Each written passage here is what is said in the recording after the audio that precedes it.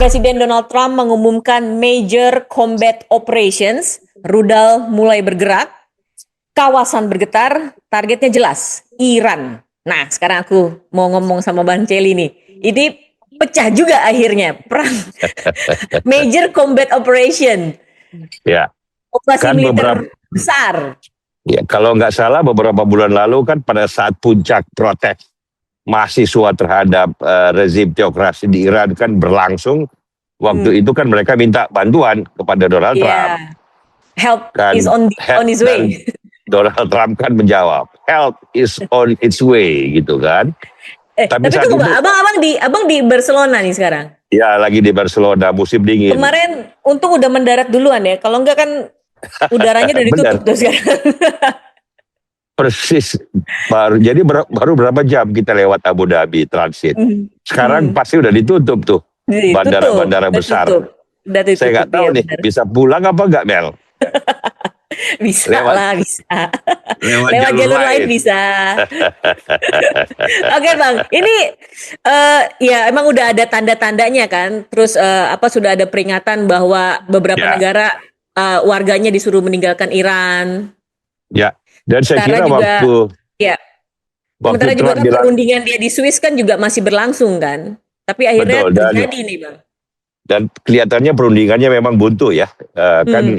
Sudah dijelaskan beberapa kali bahwa mungkin berakhir dengan tidak memuaskan dan karena itu harus opsi lain selain diplomasi. Tapi saya kira sejak awal waktu Trump berkata bahwa help is on the way, saat mahasiswa anak muda Iran turun ke jalan ratusan ribu ya, protes itu memang Trump niatnya saya kira cukup sungguh-sungguh membantu, tetapi kan kekuatan lapangannya nggak ada pada saat itu, tidak memadai kan, makanya langsung kirim kapal induk ke USS Lincoln dan kemudian betul, dan terakhir kan itu yang di Teluk Persia ya, tetapi yang terakhir kan yang terbesar, kapal induk terbesar sedunia kan Gerald Ford, itu di Mediterania, jadi cukup dekat dengan wilayah Iran, sehingga secara kekuatan militer dengan 2 kapal induk, 150 pesawat tempur termasuk yang terbaru, saya kira dia merasa cukup yakin bahwa secara kekuatan militer untuk membantu kaum mahasiswa kemarin itu dalam mengubah peta domestik politik Iran. Saya kira dia yakin bahwa secara militer ini bisa dilakukan. Nah, memang kita nggak tahu apakah ada informasi lain yang dia terima yang tidak diketahui oleh banyak orang, bahwa kalau dia melakukan intervensi militer seperti ini di Iran dalam beberapa hari, saya kira yakin bahwa regime change atau alternatif kepemimpinan baru baik dari luar maupun dari dalam ya. Dari luar kan ada putra mahkota Pahlavi itu loh.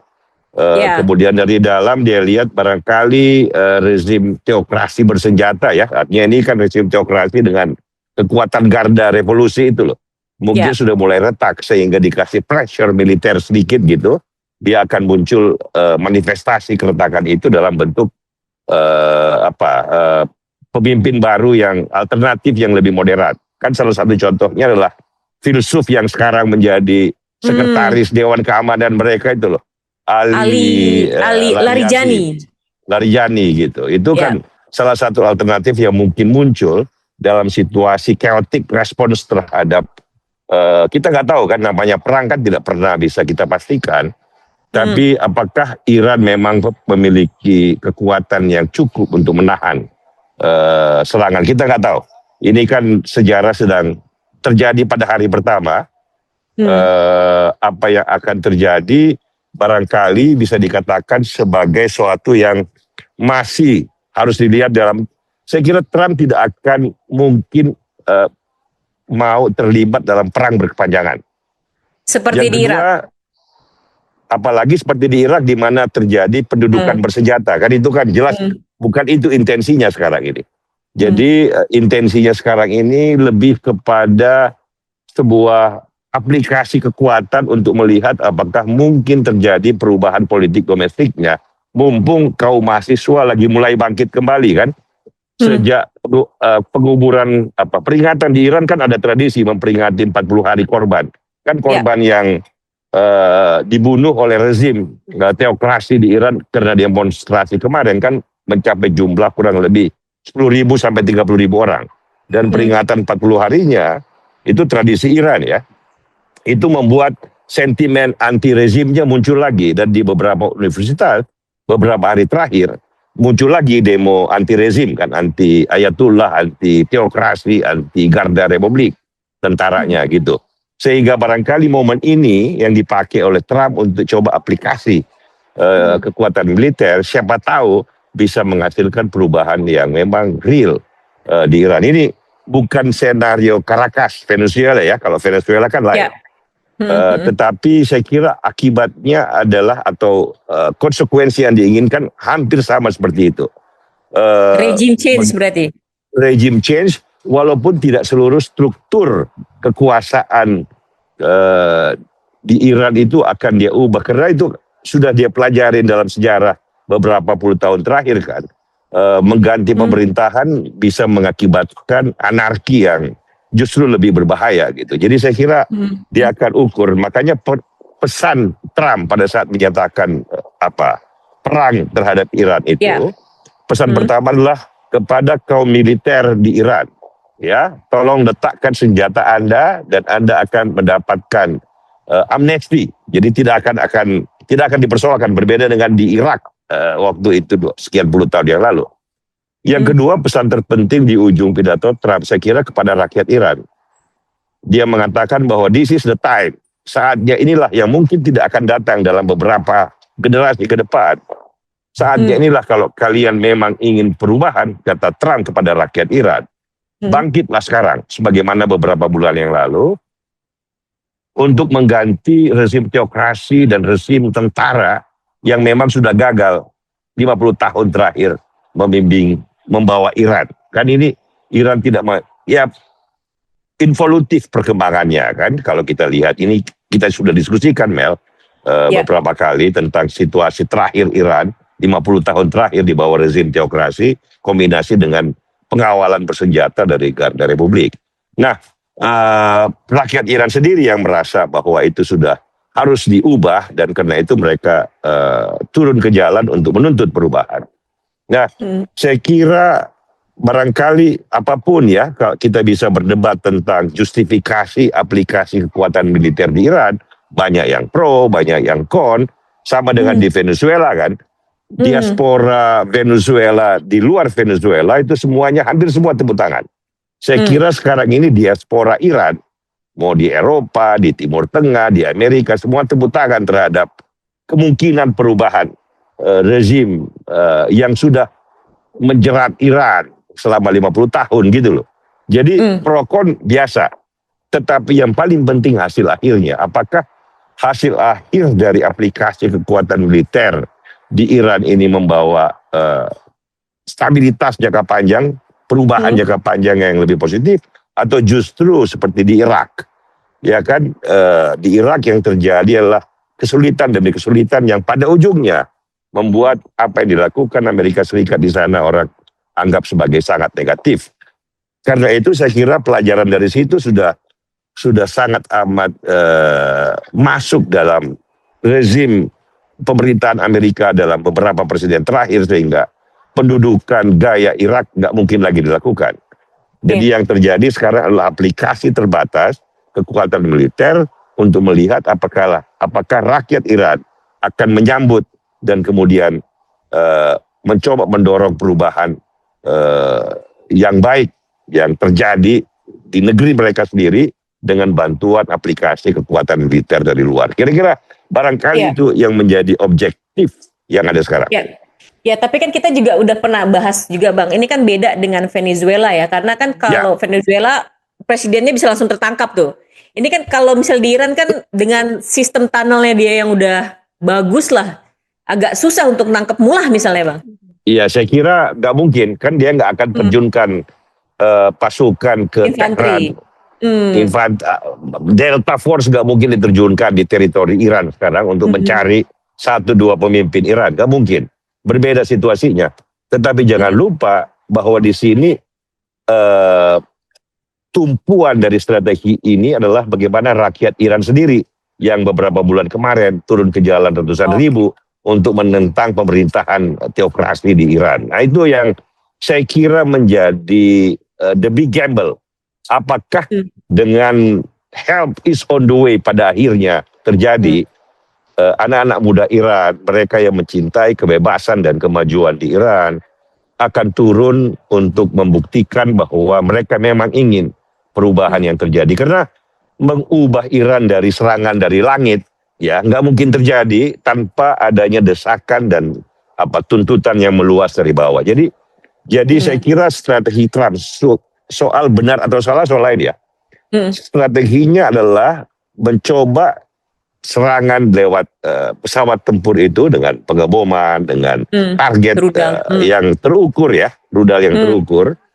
Itu untuk memberi impetus bagi rakyat Iran yang kemarin meminta perubahan untuk benar-benar turun ke jalan dan sekarang memimpin perubahan itu sendiri. Makanya di akhir pidato Trump dalam menjelaskan serangan yang sekarang itu ditutup dengan itu, seruan kepada rakyat Iran, anak muda Iran, para pecinta kebebasan dan kemajuan dan keterbukaan di Iran untuk berkata bahwa this is the time. Makanya kan Trump bilang, nggak datang dalam setiap generasi. Ini this is your chance to change your own country. Itu saya kira pesannya, Mel. Iya. Presiden yang lainnya nggak ada yang ngomong gitu, cuman saya yang bisa dia bilang. Dia bilang, presiden sebelumnya ngomong doang. Dia bilang ngomong doang. Baru pada masa saya lah, saya bertindak langsung untuk membantu kalian. Kalian sudah minta bantuan kepada Presiden Amerika sebelumnya, tapi it never happened. Ya kan? Nah, itu orang boleh suka atau nggak suka, orang boleh mengkritik Trump, tetapi dalam hal ini kita tunggu respon dari rakyat di Iran sendiri. Kalau rakyat di Iran, dia berkata kan, tolong jangan keluar rumah dulu sekarang. Karena akan banyak pengeboman di tempat-tempat yang menjadi target seperti kekuatan militer revolusi, garda revolusi itu, pusat-pusat rudal Iran. Jadi dia bilang jangan keluar rumah kalau nggak perlu, tapi at some point kalian harus tunjukkan bahwa kalian ingin mengubah negeri kalian menjadi lebih baik. Saya kira strategic point of view-nya di sana mungkin ya, karena banyak orang bertanya what is the objective. Saya nggak tahu, tidak ada orang yang tahu. Barangkali Trump pun tidak terlalu sepenuhnya mengerti what is the strategic objective. Tetapi kalau kita rangkai peristiwa beberapa bulan terakhir, barangkali benang merahnya di sana, Mel. Ini pertaruhan besar, tetapi we'll see. Kalau orang bilang, atau ada seorang pemikir pernah berkata bahwa the road to hell is often paved with good intention. Ini kita balik. The road to heaven is often paved with bad intention.